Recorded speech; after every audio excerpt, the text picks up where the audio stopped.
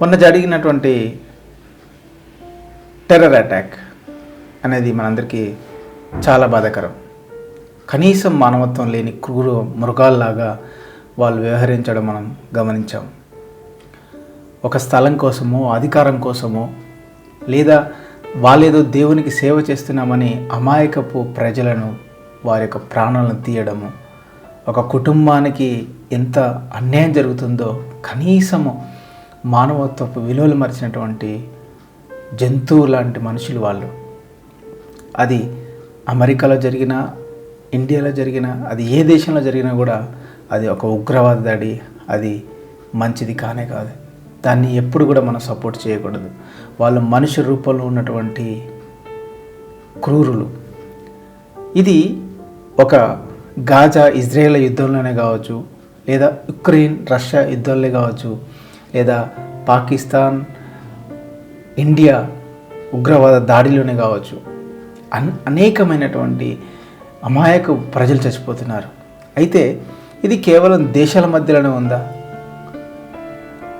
అంటే దేశాల మధ్యలో అది చిన్నది. అది వాళ్ళకి ఎలాగైతే ఇప్పుడు మనకున్నటువంటి మన సమాజంలో ఆస్తి కోసము తండ్రిని తల్లిని చంపడము, భార్యల్ని భర్తల్ని చంపడము, ప్రియురాల కోసము, కులం కోసము, మతం కోసము, ల్యాండ్ కోసము, భూతగాతాలలో తలలు వెలగొట్టి వారి ప్రాణాలు తీసి వాళ్ళని చంపించేసి కామం కోసము, ఇలా అనేకసార్లు అనేక సందర్భాలలో కుటుంబస్తులను, సొంత భర్తలను, భార్యలను బలి చేయడము, చంపడము, ప్రతీకారం తీర్చుకోవడము, ఇవన్నీ కూడా ఏదో ఒక కారణం వల్లనే.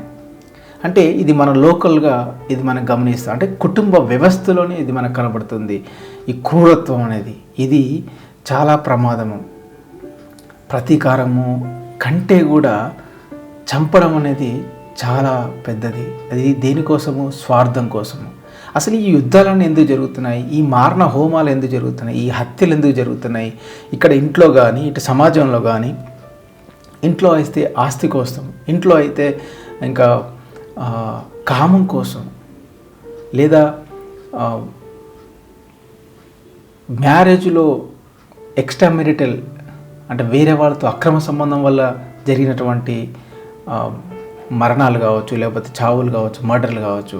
ఇక సమాజంలోకి వస్తే కులం కోసం, మతం కోసం, లేదా ఇంకా అధికారం కోసం, ఆస్తి కోసం, ఇలాంటివి మనం ఇక్కడ చూస్తున్నాము.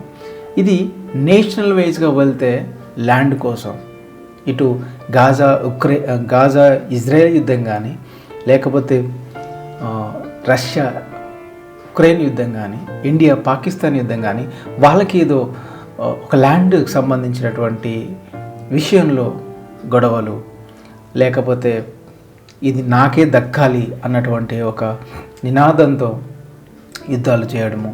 ఇప్పుడు మొన్న జరిగినటువంటి అటాక్లో పాకిస్తాన్ వాళ్ళు క్లియర్గా 2 సార్లు వాళ్ళు వార్నింగ్స్ ఇచ్చారు. అప్పుడు మన ఇండియా గవర్నమెంట్ ఖచ్చితంగా దాన్ని అనలైజ్ చేసి ఇంటెలిజెన్స్ వాళ్ళు ఏదైనా ఒక ప్రివెన్షన్ తీసుకుని ఉంటే బాగుండేది. కానీ మనకు తెలియదు, ఎందుకంటే మనం అక్కడ లేం కాబట్టి, మనం చూడలేదు కాబట్టి మనకు తెలియదు. కానీ మరణించడం అంటే వాళ్ళని చంపడం మాత్రం అన్యాయమే. ఎందుకనంటే అది ఒక కుటుంబానికి ఎంత దారుణమైన స్థితికి తీసుకెళ్తుందో మనం ఊహించలేము.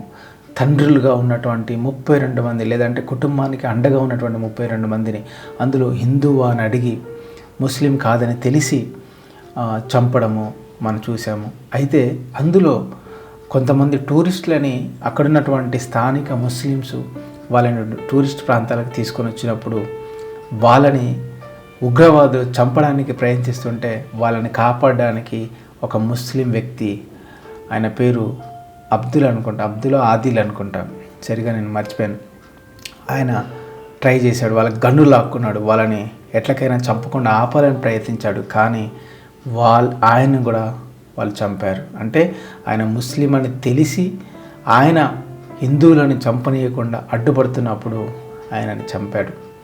అంటే ఇక్కడ హిందూ ముస్లిం అని పక్కన పెడితే ఆయన మానవత్వంతో అక్కడ మారణ హోమాన్ని ఆపడానికి ట్రై చేశాడు. కానీ ఉగ్రవాదులు మాత్రం వాళ్ళ గురి ముస్లింలు కాని వారిని చంపాలని వాళ్ళు అనుకున్నారు.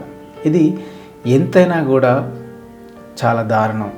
ఒక మనిషిని చంపే అధికారం ఒక మనిషికి లేదు. దేవుడు తన పరిశుద్ధ గ్రంథంలో ఎన్నోసార్లు రాయించాడు, ఒక మనిషిని నరహత్య చేయకూడదు, ఒక మనిషిని ప్రేమించాలి, నీ సహోదరుని దూషించకూడదు, నిన్ను వల్ల నీ పూర్వాన్ని ప్రేమించాలి, ఒకడు దేవునికి సేవ చేస్తున్నాను అనుకొని ప్రజలను చంపకూడదు, లేదా మర్డర్స్ అనేవి జరగకూడదు, ఒక మనిషిని చంపితే వాడు మరణానికి పాత్రుడు అని అన్నాడు దేవుడు. నీ సహోదరుని మనస్ఫూర్తిగా నువ్వు దూషించినట్లయితే ఆ తక్షణమే నువ్వు నీ సహోదరుని చంపేసినట్టే అంత లెక్కలోకి వస్తుంది. ఆయనని చంపడానికి వచ్చినప్పుడు ఆయనని పట్టుకొని మరణానికి అప్పగించడానికి వచ్చినప్పుడు పేతురు సైనికుని యొక్క చెవి నరుకుతాడు. అప్పుడు యేసుక్రీస్తు ఒక మాట అంటాడు, ఇదిగో కత్తి పట్టుకున్నవాడు కత్తితోనే చంపబడతాడు. హింసలు వద్దు, అహింస, ప్రేమ, శాంతి, సమాధానాలు కావాలన్నాడు.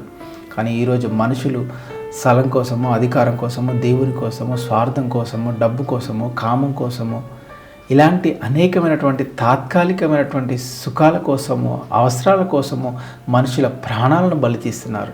ఏ మనిషి పుట్టించలేడు, ఏ మనిషి కాపాడలేడు, ఊపిరి పోయలేడు.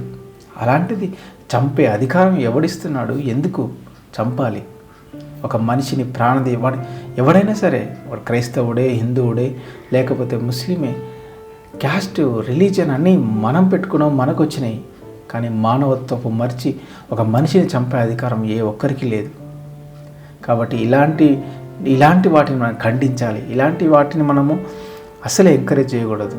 అది ఏ రాష్ట్రంలో, ఏ యొక్క కంట్రీలో కానీ, ఏ ప్రాంతంలో కానీ ఇవి జరగకూడదు.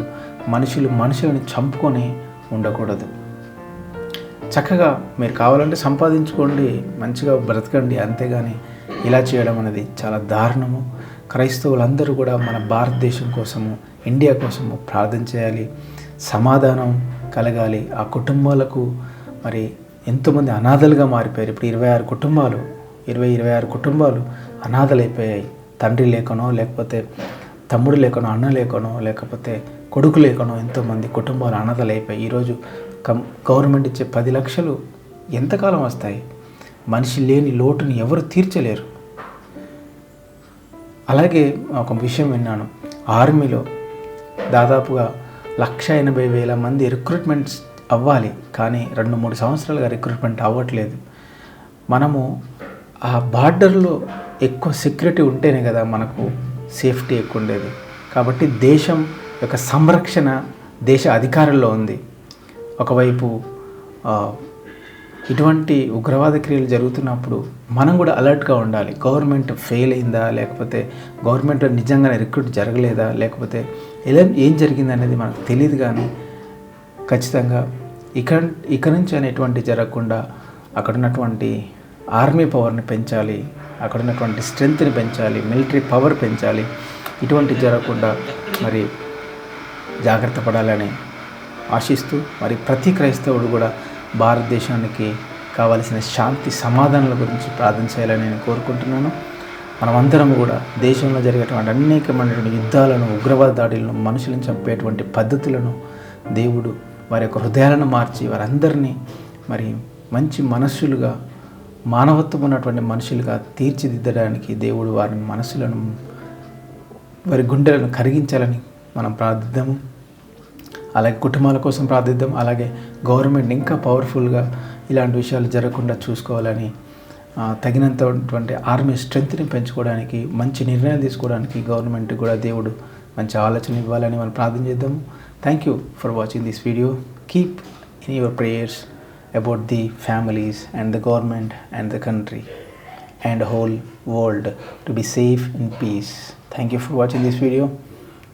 Bye bye.